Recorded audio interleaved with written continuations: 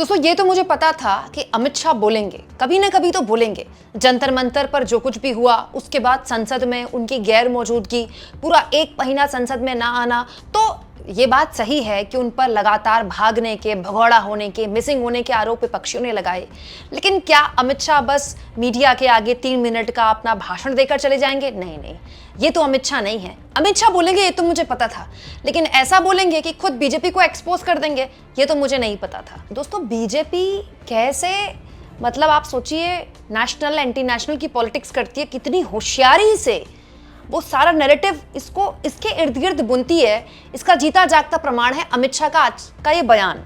आज बोले हैं अमित शाह एक कार्यक्रम में, और बोले किस पर हैं? कांग्रेस पार्टी की सोनिया गांधी पर। सोनिया गांधी पर आरोप लगाते हुए अमित शाह उन पर वंदे मातरम का अपमान करने की बात बोल रहे थे। दोस्तों ये वीडियो है कांग्रेस पार्टी के दफ्तर का। 15 अगस्त के मौके पर वंदे मातरम जब हो रहा था, जब ध्वजारोहण का कार्यक्रम हो रहा था, तो सोनिया गांधी पर आरोप लगाया गया, और दिख भी रहा है वीडियो में कि वो बात कर रही हैं। इस पर अमित शाह ने आरोप लगा दिए कि ये कांग्रेस वाले जो हैं ये तो वंदे मातरम का अपमान करते हैं। और इनकी निर्लज्जता देखिए, कांग्रेस पार्टी के मुख्यालय पर वंदे मातरम का गान हो रहा था। चालू गान में कांग्रेस की नेत्री सोनिया जी ने कांग्रेस अध्यक्ष को गान रोकने का कहा। हम सब टीवी पर देखते रह गए।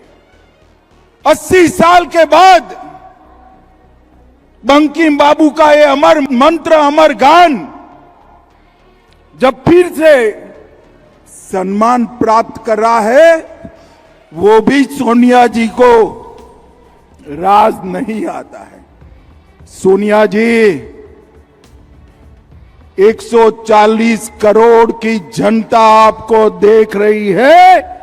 आपके द्वारा किया गया ये पाप इस देश की जनता कभी माफ नहीं करेगी, कभी माफ नहीं करेगी।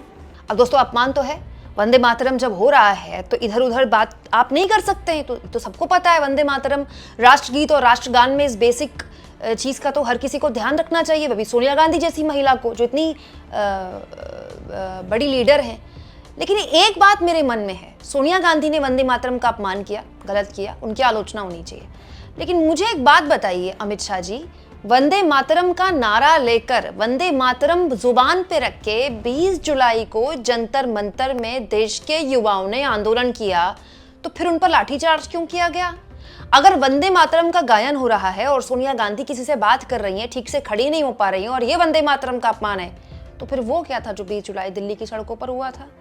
मुझे ये बताइए कि वंदे मातरम के नारे लगा लगा कर जंतर मंतर में 1 महीने से ऊपर छात्रों के गले का पानी उतर गया, चीख चीख कर उनका गला खराब हो गया, उनकी जुबान से आवाज आनी बंद हो गई, लेकिन आप तक नहीं पहुंची वंदे मातरम की गूंज। तो ये कौन से वंदे मातरम का अपमान है जिसमें आप लोग पिक एंड चूज करते हैं? मतलब आपने इस देश के छात्रों के आंदोलन पर जुबान तक नहीं खोली। संसद खत्म होने के 1 दिन पहले आपको याद आया कि आपको बयान देना है, और उसके लिए आप ओम बिरला को चिट्ठी लिख रहे हैं, जबकि आप भी जानते हैं कि इसमें चिट्ठी लिखने की जरूरत नहीं है।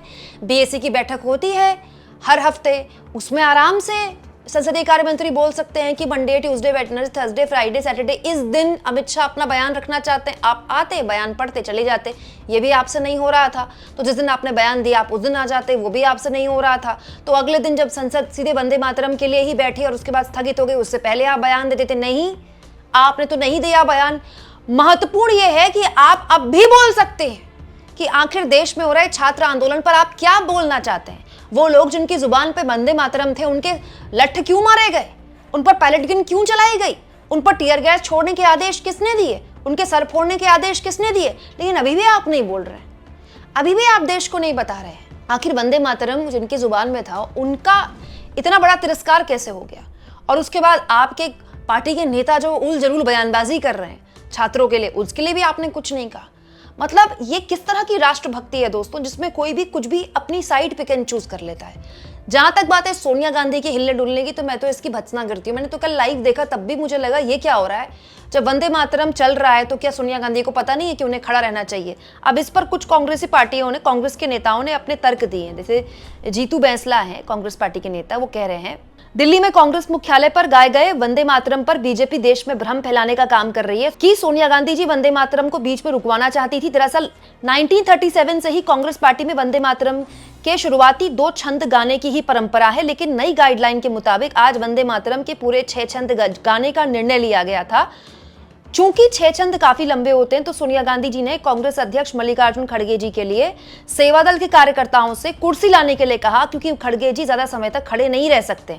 लेकिन बीजेपी इसे राजनीतिक एंगल देने की कोशिश कर रही है, जबकि सोनिया गांधी जी शुरुआती और अंत तक पूरे वीडियो में वंदे मातरम में दिखाई दे रही हैं, सिवाय बीच में जब उन्होंने खड़गे जी के लिए कुर्सी मांगी। ठीक है, मान लिया इस तर्क को कि भाई कांग्रेस पार्टी के लोग कह रहे हैं कि खड़गे जी को खड़े होने में दिक्कत है, घुटनों में कोई समस्या है, खड़गे जी चल भी नहीं पाते, उनका हाथ पकड़ना पड़ता है, विच इज़ फाइन। हमारे घरों में भी बहुताया बुजुर्गों में ये प्रॉब्लम है। तो ऐसा है तो पहले ही पता था ना वंदे मातरम की नई गाइडलाइंस आ गई हैं, तो पहले ही कुर्सी रखवा देनी चाहिए थी ना। ये तर्क भी मेरे समझ नहीं आता। मैं कांग्रेस पार्टी के इन कुतर्कों को भी रिजेक्ट करती हूँ। बिल्कुल गलत फैसला था ये, और ये मौका था बीजेपी को इस तरह के मुद्दों पर बढ़त बनाने का। बट पॉइंट ये है दोस्तों कि हम सवाल किससे पूछें, विपक्ष से पूछें कि सत्ता पक्ष से पूछें? पूरा टाइम इस देश का सत्ता पक्ष देश की हर समस्या के लिए विपक्ष को टारगेट करता रहता है।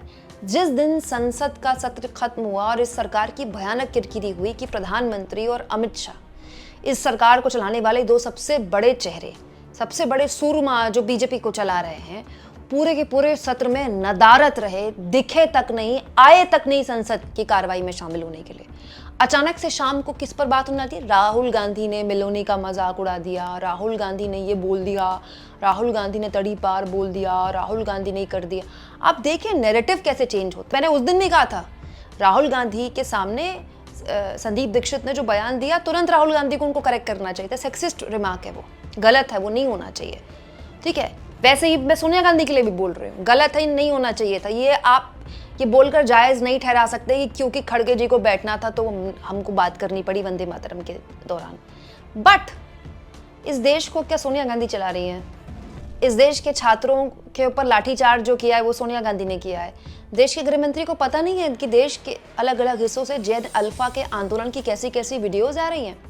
देश के गृह मंत्री को बिल्कुल अंदाजा नहीं है कि देश का युवा इस वक्त शिक्षा के मुद्दे पर सरकार से सवाल पूछ रहा है। और देश के गृह मंत्री अब जब बोले हैं इतने टाइम बाद, अब ये पहली सभा है जंतर मंतर के बाद, संसद परिसर में जो भी कुछ हुआ, संसद के अंदर जो भी कुछ हुआ, उसके बाद आज पहली बार बोले हैं अमित शाह। और क्या बोले हैं? कांग्रेस ने ये कर दिया, कांग्रेस वो ये नहीं कर दिया। वो तो शुक्र मनाइए कि कांग्रेस ही बोला, नेहरू नहीं बोला। आपको क्या लगता है दोस्तों, मतलब जवाबदेही के नाम की कोई चीज नहीं बची है सिस्टम में? कमेंट बॉक्स में लिख के बताइएगा।